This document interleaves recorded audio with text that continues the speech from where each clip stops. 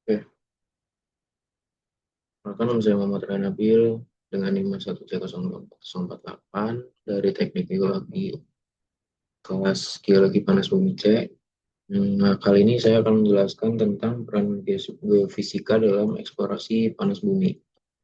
Sebelum bakal aku jelasin dulu tentang peran utama geofisika untuk di panas bumi sendiri. Itu adalah metode-metode dari geofisika yang membantu mendeteksi keberadaan reservoir panas bumi, zona permeable, dan heat source tanpa harus melakukan pengeboran terlebih dahulu.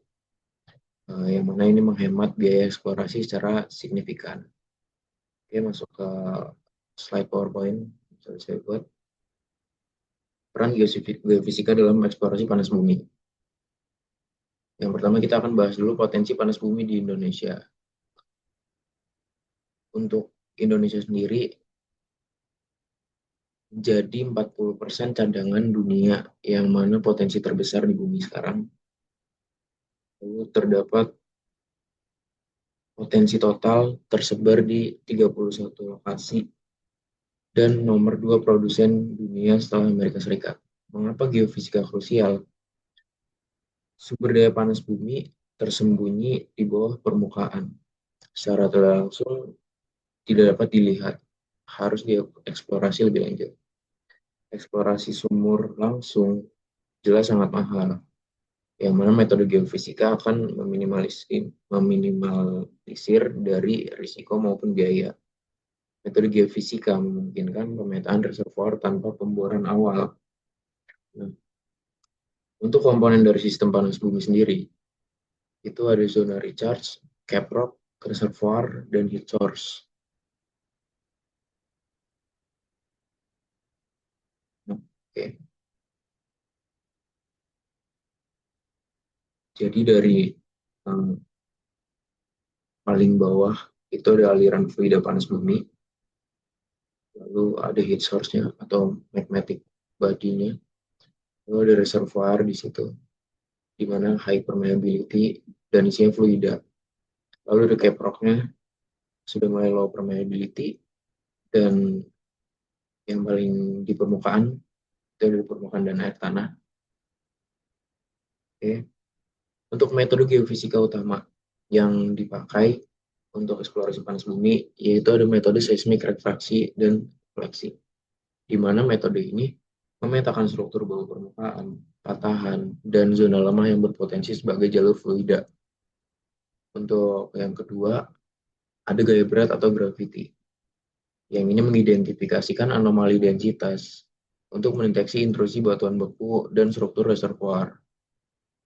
Ketiga, ada metode magnetolur atau MT, bisa biasa kita sebut.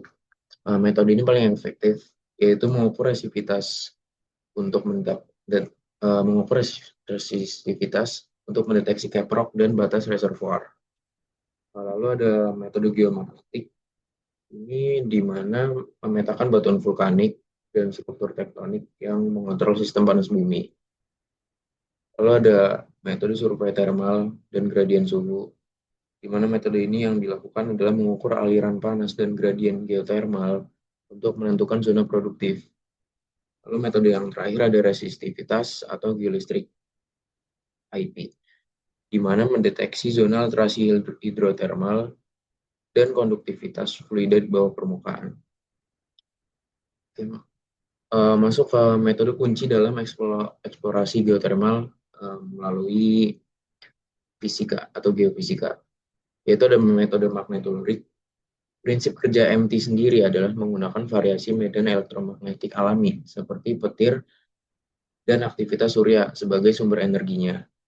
Oke, yang kedua mengukur rasio komponen horizontal atau listrik dan magnet atau H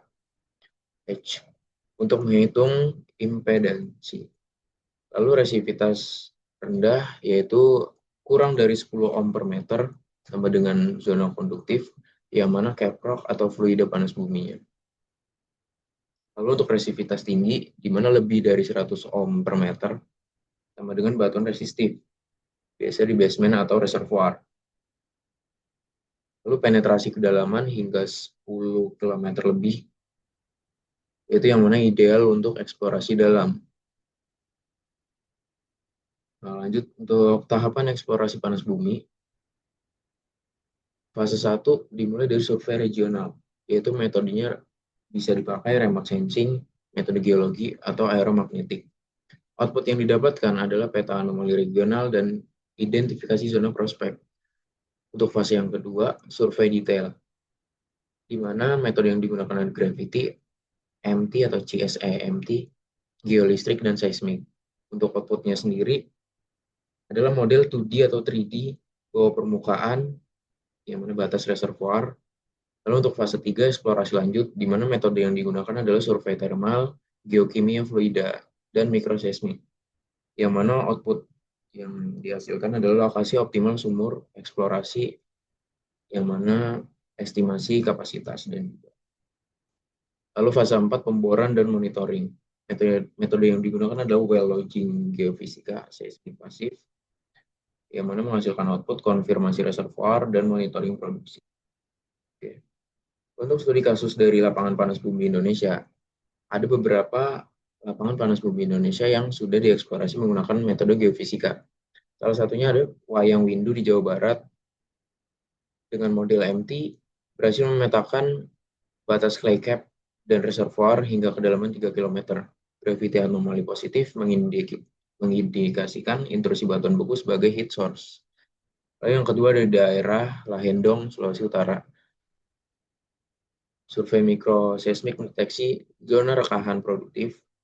MT mengkonfirmasi konduktivitas anomali rendah pada zona caprock smashing.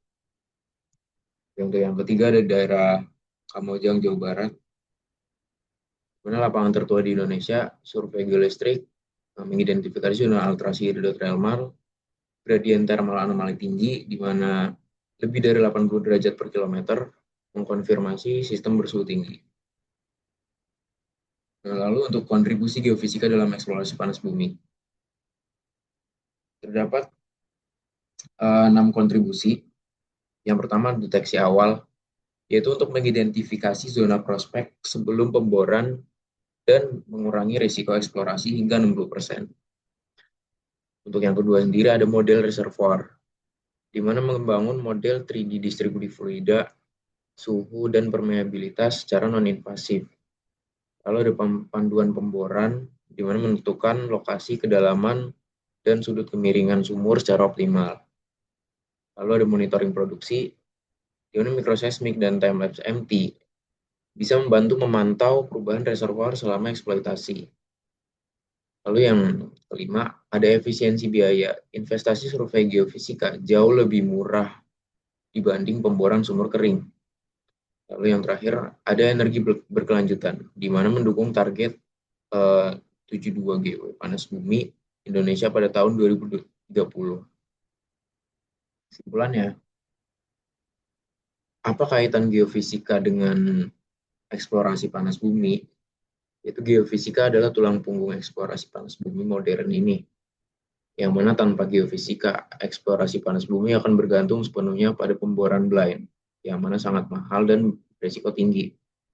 Kombinasi metode MT, gaya berat, seismik, dan thermal memberikan gambaran komprehensif sistem panas bumi. Indonesia memiliki potensi 29 GW yang dapat dioptimalkan dengan pendekatan geofisika multimetode yang tepat. Oke. Perkembangan teknologi seperti 3D inversion, machine learning, semakin meningkatkan akurasi model geofisika panas bumi. Oke.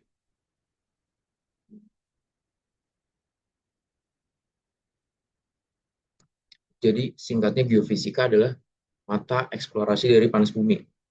Bisa dikatakan tanpa metode ini eksplorasi hanya bergantung pada manifestasi permukaan yang seringkali bisa dibilang tidak cukup untuk menggambarkan kondisi bawah permukaan secara akurat. Dari itu, geofisika memiliki peran penting dalam eksplorasi panas bumi. Sekian yang dapat saya sampaikan. Kurang lebihnya mohon maaf. Wassalamualaikum warahmatullahi wabarakatuh. Selamat pagi, selamat siang, selamat malam.